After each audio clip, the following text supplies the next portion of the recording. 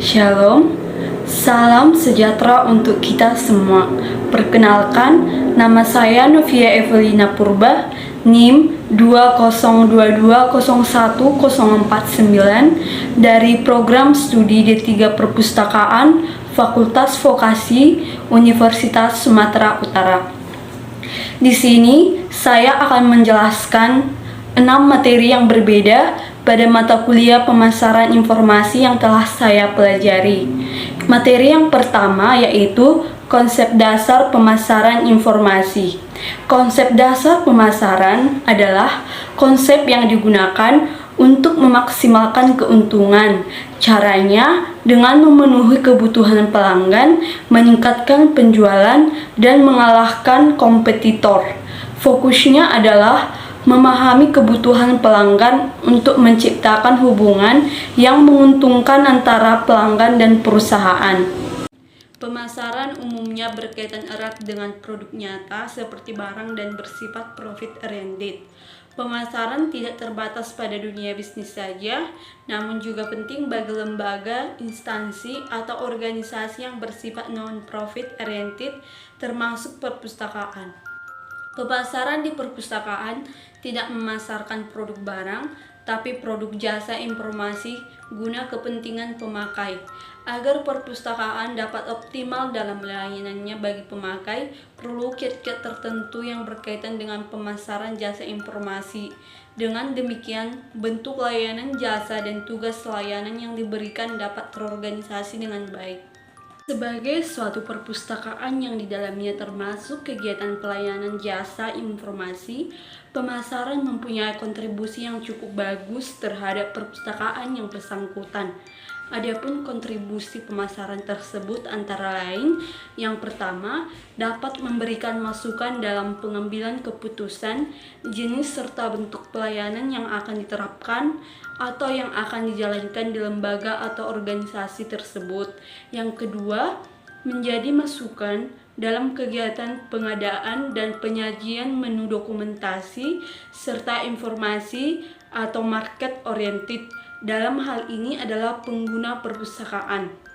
Yang ketiga, terciptanya saluran komunikasi yang baik sehingga dapat menentukan model yang paling tepat untuk sebuah pemasaran perpustakaan ataupun jasa informasi.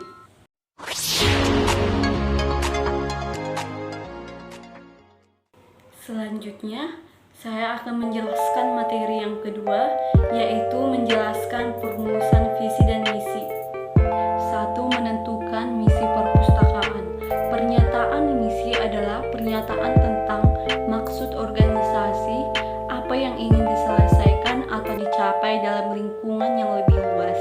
Menyusun pernyataan misi perpustakaan bukanlah pekerjaan yang mudah, butuh pemahaman yang baik tentang perpustakaan dan kepustakawanan.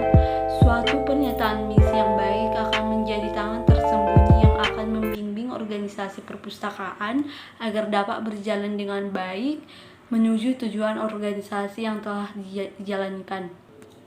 Dalam membuat pernyataan misi, seharusnya berfokus pada pasar atau pasar-pasar yang ingin dilayani oleh perusahaan dan bukannya berfokus pada produk atau jasa yang ditawarkan. Begitu juga dengan apa yang disampaikan oleh seorang pustakawan bernama Kotler dan Armstrong, penetapan bisnis berdasarkan pasar adalah lebih baik daripada berdasarkan produk atau teknologi.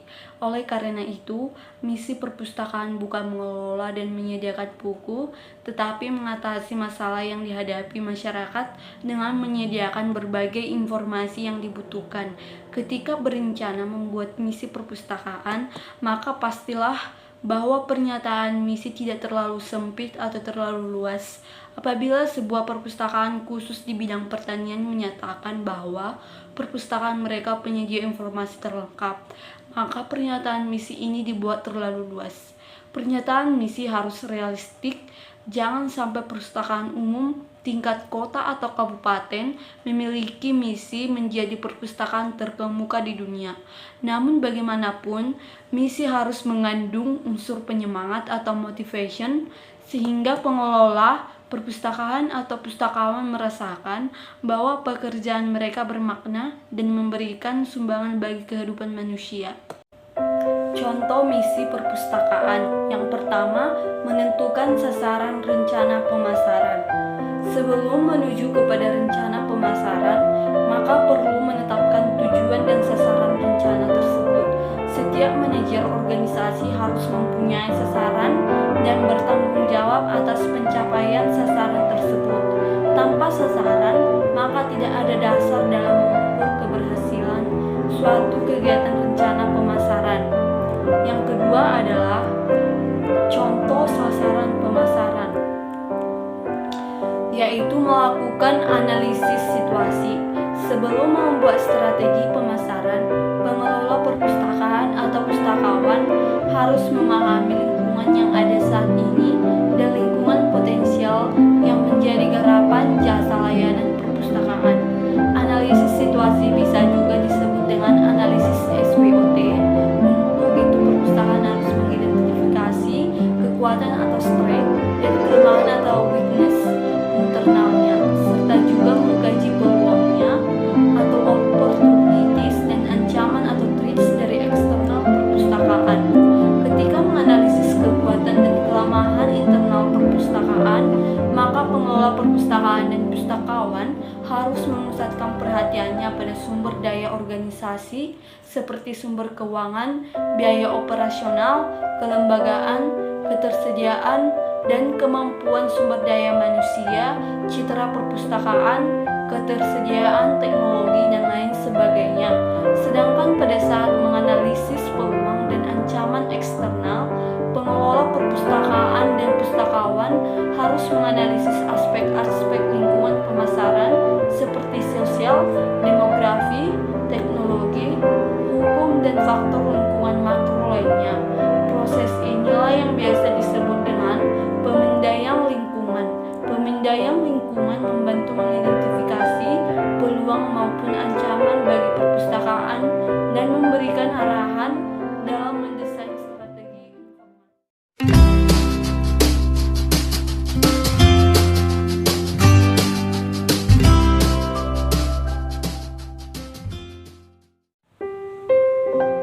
Materi yang ketiga adalah menjelaskan segmentasi pasar.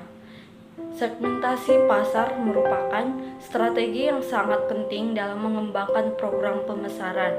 Diharapkan usaha-usaha pemasaran yang dilakukan dapat mencapai tujuan perusahaan secara efektif dan efisien.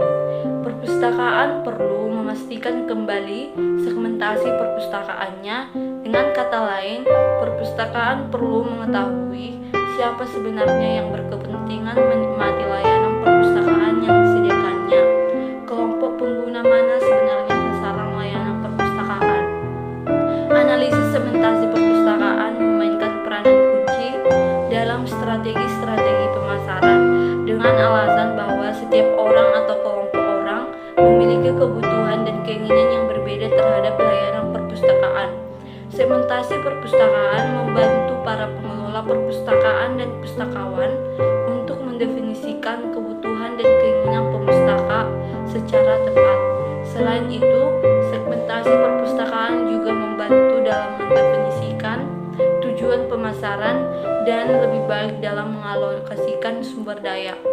Pada dunia bisnis, perusahaan yang berhasil selalu berupaya untuk mengenali pesaingnya. Sama seperti mengenal konsumennya, perusahaan akan melihat 5 kekuatan persaingan dalam usaha, yaitu persaingan di antara perusahaan yang ada, ancaman dari pesaing baru, ancaman dari produk substitusi, kekuatan penawaran pemasok, dan kekuatan penawaran pembeli. Sedangkan perpustakaan pada dasarnya tidak memiliki pesaing nyata. Dimaklumi karena perpustakaan bukanlah berorientasi bisnis, kalaupun itu ada, pesaing perpustakaan dapat diuraikan sebagai berikut. Yang pertama, toko buku, taman bacaan atau yang sejenisnya. Yang kedua, warung internet atau warnet atau kafe-kafe yang menyediakan layanan hotspot atau wifi. Yang ketiga, teknologi informasi seperti mesin pencari Google. Yang keempat, semua penyedia jasa layanan Agar perencanaan pemasaran berhasil, perpustakaan harus mencari keunggulan diferensiasi terhadap pesaing ketika menganalisis kekuatan internal dan eksternal peluang pasar. Keunggulan diferensiasi adalah salah satu aspek unik dalam suatu organisasi yang mempengaruhi target konsumsi menjadi pelanggan setiap perusahaan dibandingkan dengan pesaing lainnya.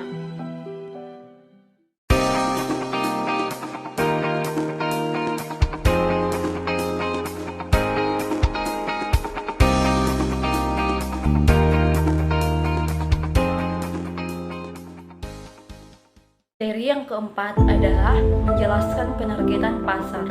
Penargetan pasar atau membuat strategi pemasaran adalah menyusun strategi pemasaran. Strategi pemasaran adalah alat fundamental yang direncanakan untuk mencapai tujuan perusahaan dengan mengembangkan keunggulan bersaing yang berkesinambungan melalui pasar yang dimasuki dan program pemasaran yang digunakan untuk melayani pasar secara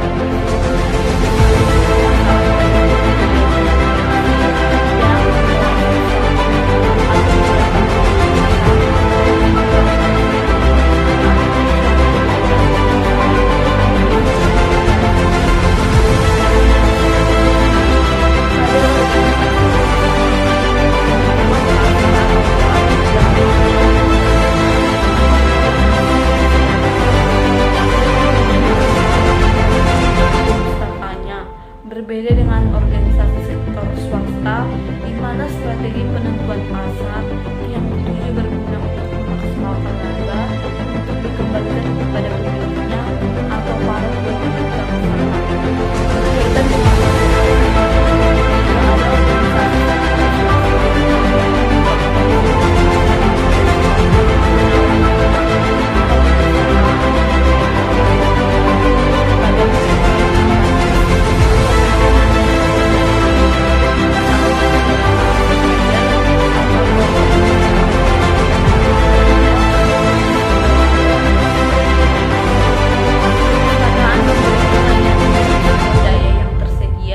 kepada mereka yang tidak memperoleh pelayanan yang memadai dari organisasi sektor swasta.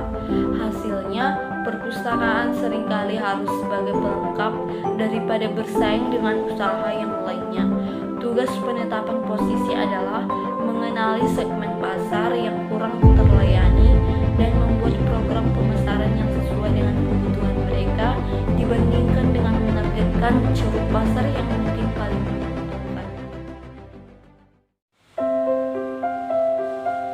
Perpustakaan harus mencari perbedaan yang unik dan berkesan daripada apa yang dipunya oleh pesaing. Jika pesaing seperti toko buku atau warung internet atau warnet menyediakan layanan berbayar, lalu keunggulan perpustakaan menyediakan layanan gratis. Namun perpustakaan tidak boleh berhenti sampai di situ, karena toko buku seperti Gramedia atau Togamas menyediakan buku-buku yang beragam, berkualitas dan up to date. Kemudian mendesain gedung dan ruangannya semenarik mungkin, memanjakan telinga pengunjung dengan musik, serta keramahan dan senyuman karyawan dan sekuritinya. Sehingga perpustakaan harus juga memperhatikan keunggulan pesaing itu. Kalau tidak mampu melebihi, paling tidak sama dengan mereka.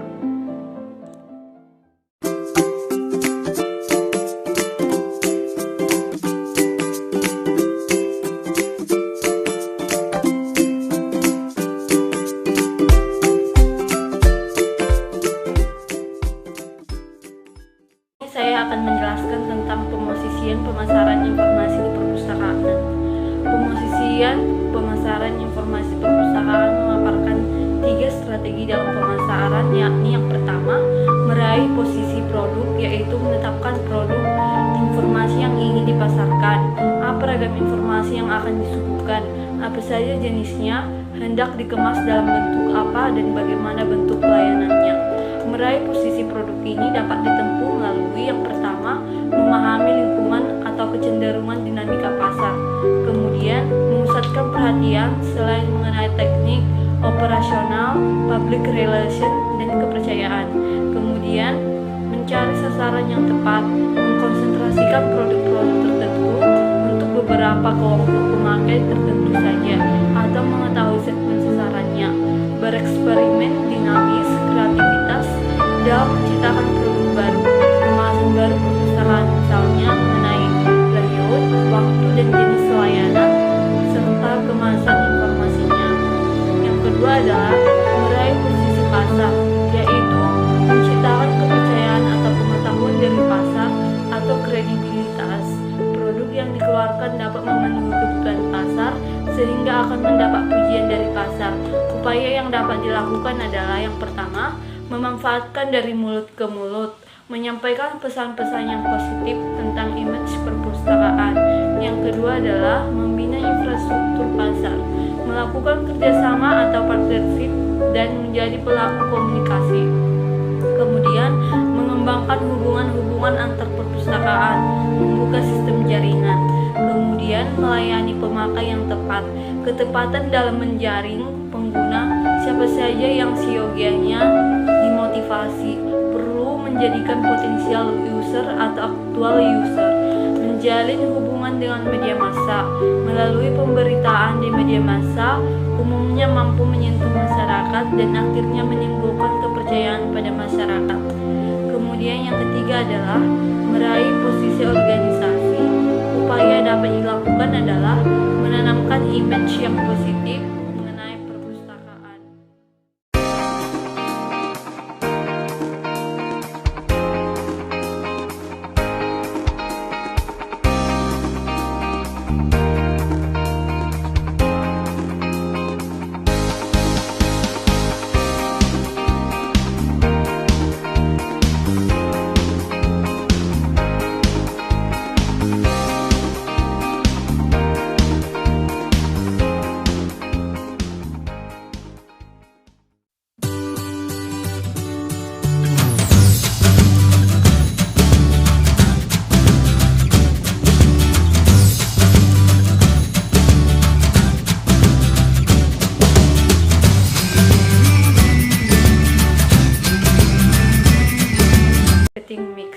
Yang pertama adalah produk.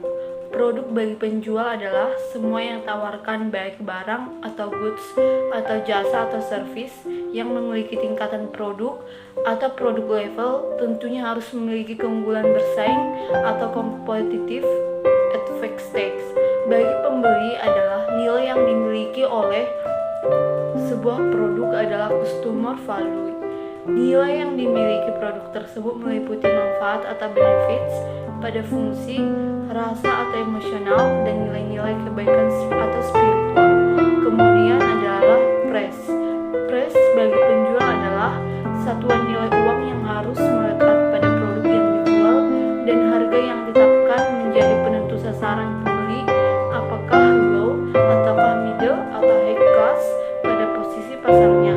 Bagi pembeli pastinya mempersiapkan sebagai biaya yang dikeluarkan, dan bagi pembeli pengorbanan tersebut harus ditekan, dipangkas atau bahkan harus dieliminasi. Maka tidak aneh pembeli berkeinginan menawar atau membandingkan selisih harga yang diberikan di tempat lain. Yang ketiga adalah place atau tempat. Bagi penjual, place adalah tempat yang disediakan dengan konsep, tema, desain, lokasi, jarak tempuh atau akses traffic jalan, dan berbagai fasilitas yang disediakan. Bagi pembeli, maka yang dibicarakan adalah convenience atau kenyamanan. Produk apapun pada intinya adalah bisa tidak memenuhi kebutuhan dan solusi dari masalah konsumen. Yang dibutuhkan pembeli adalah kepekaan, kesesuaian dan kenyamanan dari produk yang mereka beli, sehingga konsep, tema, desain, lokasi, jarak tempuh atau akses traffic jalan, dan berbagai fasilitas walaupun harus diperoleh biasa saja ditempuh dengan waktu berlebih. Ketika mereka nyaman, maka mereka tidak akan berlalu mencari yang lain yang pasti di hati. Yang keempat adalah promosi. Promosi bagi penjual adalah segala macam iklan, program dan kegiatan atau online dan offline untuk mengembangkan produk. Dalam benak pembeli, promosi adalah komunikasi atau communication yang lebih intens dari penjual. Para pembeli mau berkomunikasi, bukan sekedar promosi, karena penjual mau membuka ruang diri secara luas, lebih dekat dengan emosional para pembeli. Yang kelima adalah people for commitment. People bagi penjual menjadi elemen pengelola atau pembuat produk dengan kompetensi yang dimilikinya. Sumber daya manusia yang sering disebut pegawai atau karyawan dengan etos kerjanya bisa bertahan lama atau tidak pada perusahaan kita. Bisa bertahan seminggu, sebulan, setahun, sewindu atau sampai pensiun. Bagi pembeli, people itu adalah komitmen pelayanan prima yang diberikan. Ketika SDM-nya bekerja tidak selaras dengan janji yang diberikan, maka komitmennya akan dipertanyakan. Artinya, setiap people adalah komitmen seperti apa yang dicari dan akan ditagih pembeli. Yang keenam adalah process for clarity. Proses bagi penjual sebagai bagian dari kegiatan bagaimana produk itu dihasilkan. Proses menjadi aktivitas rutin berkelanjutan dari perusahaan. Jika sebelumnya sebuah proses menghasilkan produk bersifat tertutup, bahkan rahasia, sekarang ekspos dari proses lebih transparan dan terbuka, tidak lagi tertutup. Kemudian yang ketujuh adalah physical evidence for creative content. Bagi penjual, physical evidence sebagai perangkat-perangkat yang diperlukan dalam menyajikan secara nyata kualitas produk dan layanan. Bagi pembeli saat era digital dan terlebih pandemi COVID-19 ini, physical evidence lebih mudah dicari dan diinginkan sebagai creative content.